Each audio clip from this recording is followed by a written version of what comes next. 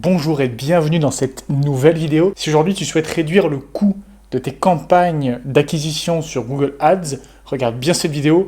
Elle te permettra, comme ça nous a permis, de réduire le coût d'acquisition final du client de 27% pour cet entrepreneur qu'on accompagne. On va passer brièvement les difficultés auxquelles on a fait face et les moyens qu'on avait à notre disposition pour y remédier et la solution qui finalement a été retenue.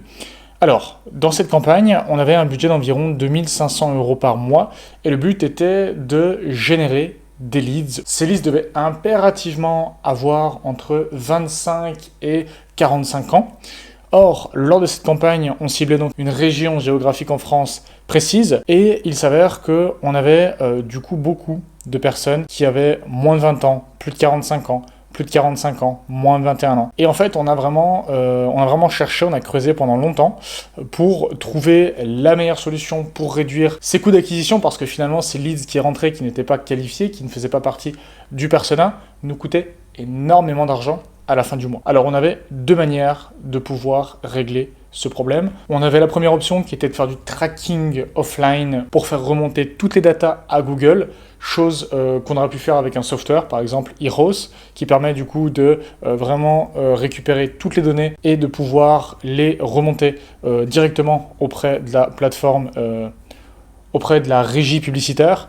Donc voilà, je vous recommande Eros si vous souhaitez faire du tracking offline. Mais ici, c'est pas la solution qu'on a retenue, tout simplement pour des questions budgétaires. Le budget de la campagne n'était pas assez élevé et on n'avait pas encore assez de trafic que pour pouvoir mettre en place un software et un tracking offline qui demande également plus de suivi. Donc on a retenu la deuxième option qui était de créer une audience lookalike. Donc c'est-à-dire de prendre un maximum de data sur le persona que ce client souhaitait convertir. Donc c'est très simple, on a exporté 14 mois de son calendrier de rendez-vous. Et sur ces 14 mois de calendrier rendez-vous qu'on retrouve ici, on a réussi à obtenir environ 1500 leads, si je ne me trompe pas, voilà, 1250, qui nous permettent d'avoir du coup le persona lookalike des personnes qu'on cherche à cibler via la campagne d'acquisition payante. Alors aujourd'hui, la liste, vous la voyez propre parce qu'on l'a nettoyée avec ChatGPT, je vous montrerai comment on a fait.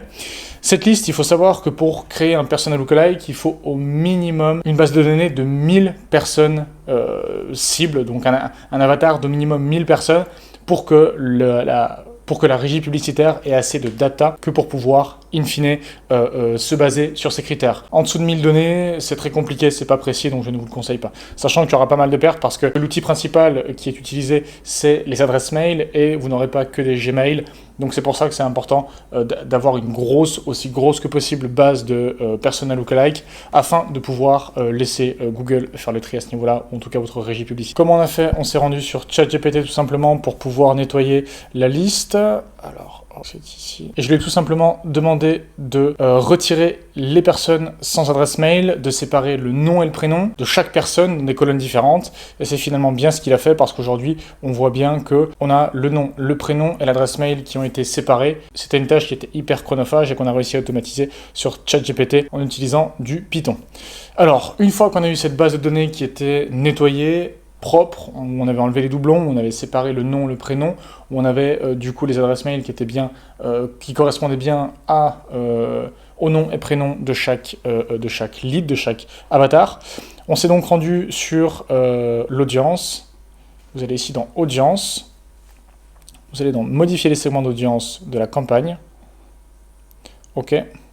Et vous allez dans nouveau segment.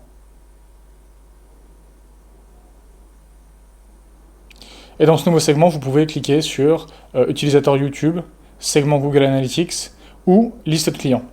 Et vous allez sélectionner la liste de clients et sélectionner une source de données. Vous pouvez connecter une nouvelle source de données, ignorer l'étape, mais je vous recommande de cliquer sur importer un fichier manuellement. Hop. Donc voilà, là je le nomme. Type de client, voilà. Ça, c'est à vous de choisir. Ici, on était plutôt sur prospect qualifié. Ce qu'on fait, c'est qu'on a sélectionné adresse mail, numéro de téléphone, adresse postale. Alors nous, on n'avait que les adresses mail, ça marche également. C'est plus précis si vous avez également le numéro de téléphone, mais ici, on a vraiment retenu uniquement les adresses mail. Et ensuite, on a simplement envoyé le fichier.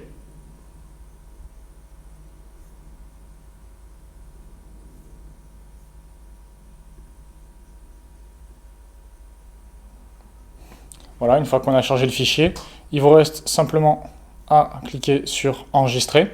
Au niveau de la date de la durée de validité, vous le laissez comme ceci. Au niveau de la description, vous le laissez également comme ceci.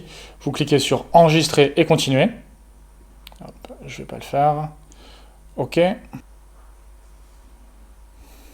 Et vous verrez que du coup, vous avez votre liste qui est importée ici, si elle a été importée avec succès. Et vous aurez du coup le nombre total de la taille de la base de données qui a été conservée par Google. Pour ça qu'il faut une grosse base de données, parce qu'en moyenne, 50 à 60, voire 70% des personnes de la liste ne seront pas retenues par Google. C'est pour ça que je vous invite vraiment à scraper une liste aussi grosse que possible de personas. Voilà, c'était une très courte vidéo pour pouvoir vous donner ce tips. Je vous recommande de l'utiliser si aujourd'hui vous êtes en acquisition payante, si vous êtes surtout sur du trafic froid. Je vous recommande de compléter l'acquisition du trafic froid avec du lookalike, ou si vous souhaitez, ou si aujourd'hui vous êtes en retargeting, de pouvoir ajouter à ce retargeting du lookalike pour élargir un maximum la cible, tout en restant sur des personnes qui sont qualifiées pour votre audience et donc prête à acheter chez vous. Voilà, c'était Robin Bridge, j'espère que ça vous a été utile. Si ça a été utile, je vous invite à laisser un j'aime, laisser un commentaire, vous abonner à la chaîne, ça m'aiderait grandement. C'est une excellente journée. Au revoir.